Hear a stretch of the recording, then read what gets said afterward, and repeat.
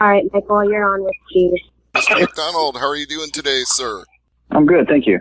I'm very glad to hear it. I'm looking forward to your fight here with Eduardo Dantas coming up at Bellator 202 on July 13th. But we have to start with something, and I know we talked about this the last time I had a call, but you got injured again in the fight with Peter Legier. It seems like if it weren't for bad luck, you wouldn't have none. How have you recovered from that since the Peter Legier fight? How is everything coming together? Well, the hand is very healthy. Praise God, I have a really good surgeon. And I never wanted to have like a surgeon, like, oh, this is my lawyer, this is my accountant, I got a surgeon, I never wanted to have a surgeon. But since I do, he's amazing, so he did a great job. Well, that's good. I'm glad you got a good surgeon. I mean, like you said, nobody wants to need one, but seems like it seems to keep happening. Yeah, I would love to never give him another job. Well, then what's the plan for Eduardo Dantas to make sure he doesn't have more work?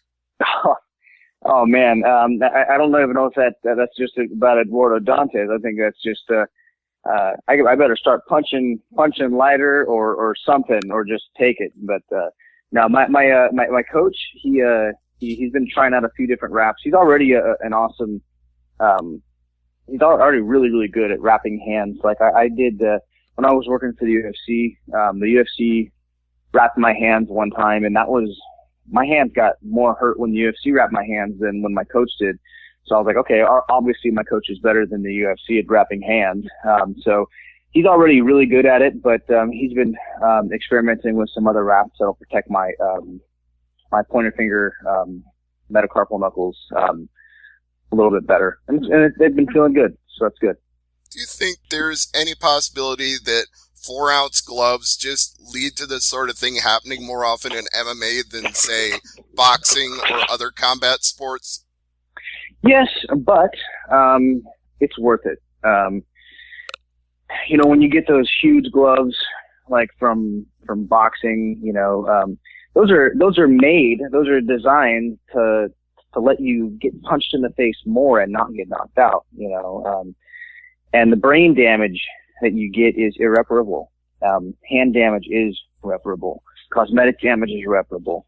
So I much prefer to get a hand broken or some more cosmetic damage, with the small gloves than to get brain damage from something like football or from boxing. Those are much harder on the brain.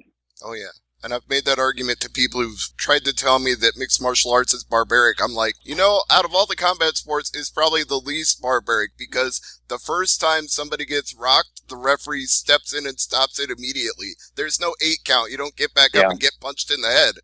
Of course. Yeah, absolutely. So, Eduardo Dantas being the former bantamweight champion, obviously you've got to look at this as a huge stepping stone towards getting a Bellator title shot. That's not the way I look at it.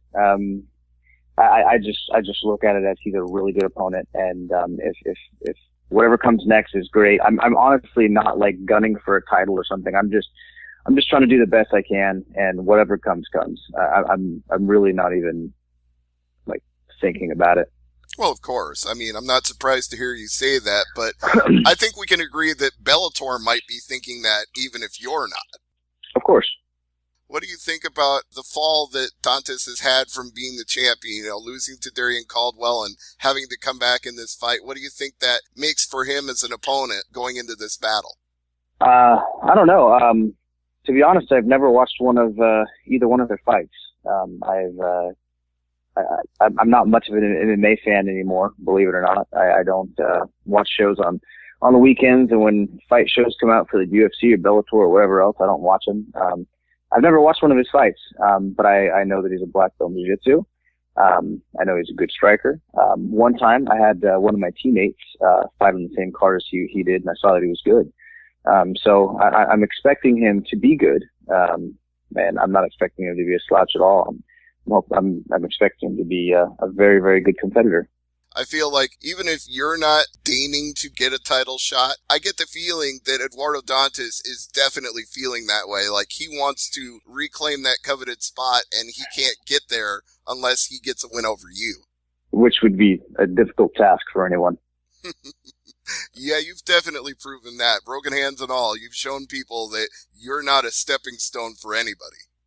Of course. With this current bantamweight division, we've got a little bit of an interesting situation coming up. And I know you said you don't watch the other people's fights, and that's understandable. You just concentrate on yourself anyway. But we do have the bantamweight champion actually going up to featherweight at Bellator 204 for a non-title fight. Do you think that puts the whole division in a frozen state for a little while? I have no idea. I mean, I think that Bellator would be the people to ask for that. I mean, I'm not very educated on the subject. Like I said, I've never even, to be honest, the only show I've ever watched from beginning to end is the one that I've been on. So I have no idea. Right. But I always find it to be an interesting dynamic when a fighter who's a champion takes a non-title fight. And I always wonder what message that sends to the people who are looking to fight him. I just think it shows that he's just looking to compete. I mean, I think it's cool. You know, hey, wherever the money's at, wherever the competition's at, I guess. The flip side of that coin might be, well, he doesn't think anybody's worthy of fighting him, so he's going to take a fight at a different weight. Well, that'd be a pretty naive way to think. I honestly wouldn't assume that. But, yeah, I mean, I assume he's the person to talk to, and Bellator's the people to talk to about that. Of course. So, how has the training been? Now, you've said, you've got somebody that's really good at doing the hand wraps, but talk to me about everybody else in your camp as well, how they're getting you ready for this fight. Well, I have awesome teammates that if I'm not on my game, they beat me up pretty good. So that's great. I don't know how many black belts we got at our school. 6, 7 black belts, something like that. And even the people that aren't black belts, some of them are just fantastic, grapplers, especially these super good wrestlers who, then they jump into jiu-jitsu like fish in water, and they might be a blue or purple belt, but they're hanging with the black belts. We got a lot of good teammates, a lot of good skill. Our school is one that doesn't, we don't like recruit from other camps or try to steal fighters away from other schools. We raise our guys up from nothing, from people just who have passion, who have skill. And, they're incredible, man. I mean, I'd say my best training partners right now are probably Rolando Velasco and my older brother, Justin Smitley, both of them black belts in jiu-jitsu. Both of them been a pro fighter for over 10 years. They're both just very humble, servant kind of teammates. They're just always looking to help. And then, everyone there is just so good, man. I mean, as good a grapplers as we got equally good strikers. So, I prefer to just let my teammates be themselves. I don't have them emulate my opponents or anything like that.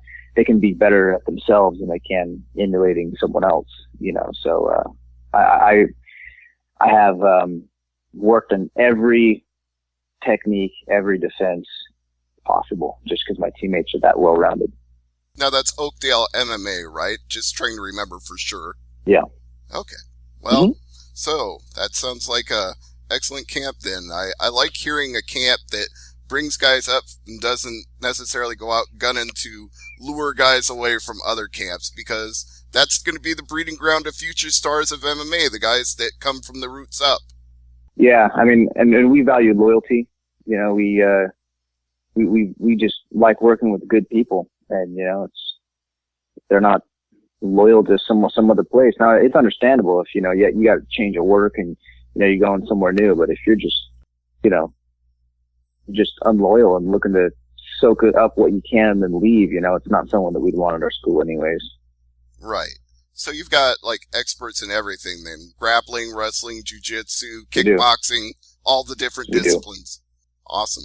Absolutely. And what's great about the guys over at our school, we have great wrestlers who are also great jiu-jitsu fighters. And that's, I find for myself, you get, you might go to a, world-class black belt in jiu-jitsu, and we have many of them.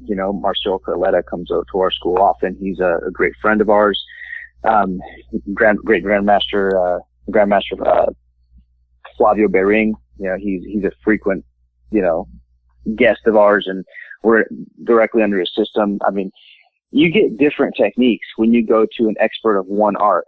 You know, I mean, I've, you know, been in classes with world-class Olympic level wrestlers and and jiu-jitsu fighters and even strikers. And they're all techniques are all very different from what you use in MMA. And we have guys at Oakdale MMA who are, let's say, you know, they have been All-American wrestlers. They're fantastic wrestlers, but they understand MMA and they understand what to leave out and what to bring in. You know, and I think that's very valuable and rare because you can't just take all these arts and just throw them together without modifying them. You have to pick and choose what you take from them. Right. That is why it's called mixed martial arts after all, because it's a little bit of everything these days. It's not like the old school UFC days where you had a karate guy versus a boxer versus a wrestler versus a sumo guy. Of course. All right. So with this fight, with the Bellator 202 card coming up here on July 13th, the main event is Talita Nogueira and Julia Budd. Now, again, I know you said you don't follow a lot of it and you're not watching it on the weekends, but do you have any thoughts about that main event with Julia Budd defending her title? The only time I've seen either one of them is on the advertising poster. I know nothing about either one of them, but I wish all the best for them. The thing that I really like about Julia is that she has that basically same approach that you do. Like, she loves the wrestling and the grappling and the striking and the jiu-jitsu, and she wants to get really good at everything. Every time I talk to her, she always says, I just improve at everything overall. Mm-hmm.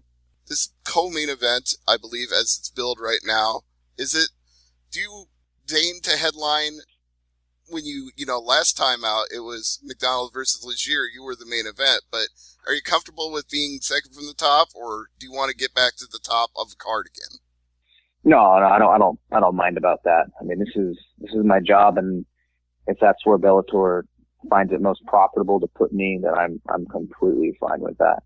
I mean, I just want to make a living, and aside from that, this is the ministry that God's given me to do, to build a platform for a life He saved by grace, to proclaim that to everybody. You know, those are the only two things that I care about. I'm not interested in where I'm at in the card. As long as those two things are being done, that the platform is established, that God has designated me to do, and then I'm doing my job.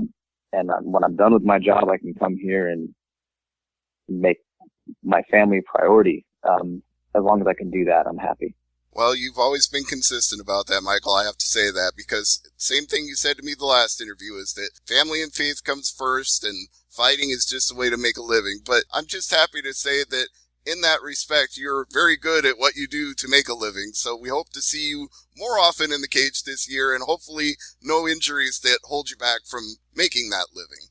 Thank you. No problem. And anything you'd like to plug before we wrap it up today? No. All right. Well, I'm just going to say have a great fight here at Bellator 202. It's always a pleasure to talk to you, and we'll see you on July 13th in Thackerville. Thanks, man. No problem. Take care.